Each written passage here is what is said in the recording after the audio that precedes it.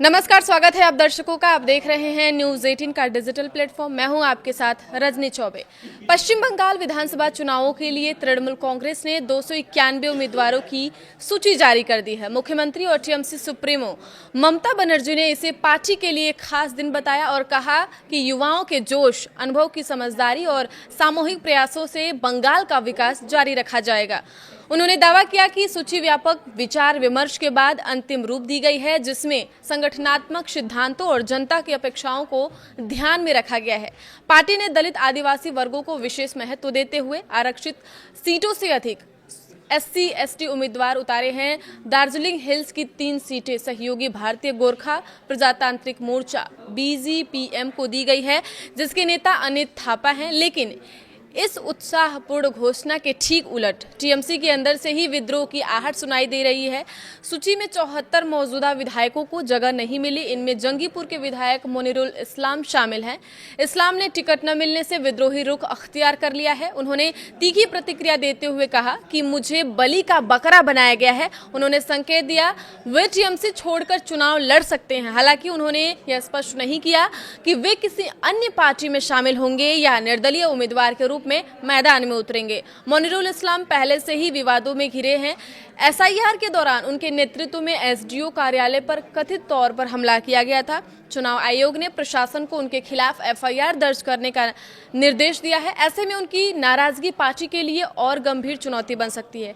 इसी तरह Canning seat से मौजूदा टीएमसी विधायक शौकत मुल्ला का टिकट काटा गया है। इस फैसले के बाद उनके समर्थकों ने संवेदनशील कैनिंग इलाके में सड़क पर टायर जलाकर विरोध जताया। यह घटना टीएमसी के खिलाफ टीएमसी के गुस्से का प्रतीक है।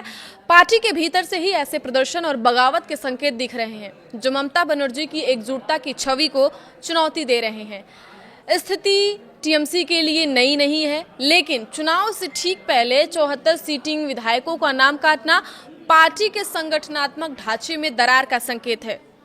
ममता बनर्जी ने सूची को युवा अनुभव का मिश्रण और हाशिए पर रहने वाले वर्गों के प्रति संवेदनशील बताया है। लेकिन जिन विधायकों को टिकट नहीं मिला वे बगावत कर सकते हैं। मोनिरुल इस्लाम जैसे नेता अगर अलग राह चुनते हैं तो मुस्लिम बहुल इलाकों में वोट बच सकता है, जो टीएमसी के लिए नुकसानदेह साबित हो सकता है। कैनिंग जैसे संवेदनशील क्षेत्र में विरोध प्रदर्शन सांप्रदायिक तनाव को भी बढ़ा सकता है। ममता बनर्जी अब इस आंतरिक असंतोष को कैसे संभालती हैं, यह देखना दिलचस्प होगा। क्या वे नाराज नेताओं से बातचीत कर उन्हें मनाएंगे या सख्त रूप अपनाएंगे? पार्टी का दावा है कि यह सूची विकास एजेंडे और जन अपेक्षाओं पर आधारित है, लेकिन जमीन पर नाराजगी साफ दिख रही है। अगर विद्रोह बढ़ता है तो मां माटी मानुष का नारा कितना असरदार रहेगा, यह सवाल उठ रहा है। विश्लेषकों का मानना है कि इस चरण में भाजपा के सामने सबसे बड़ी चुनौती तृणमूल के पारंपरिक मतदाताओं आधार में सेंध लगाने की होगी।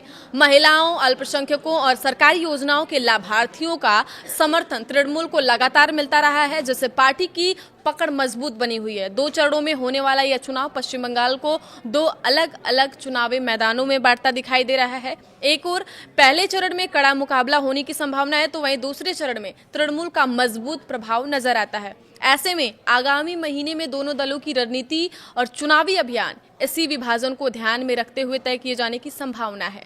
आगे की खबरों के लिए आप देखते रहिए न्यूज 18 का डिजिटल प्लेटफॉर्म। धन्यवाद।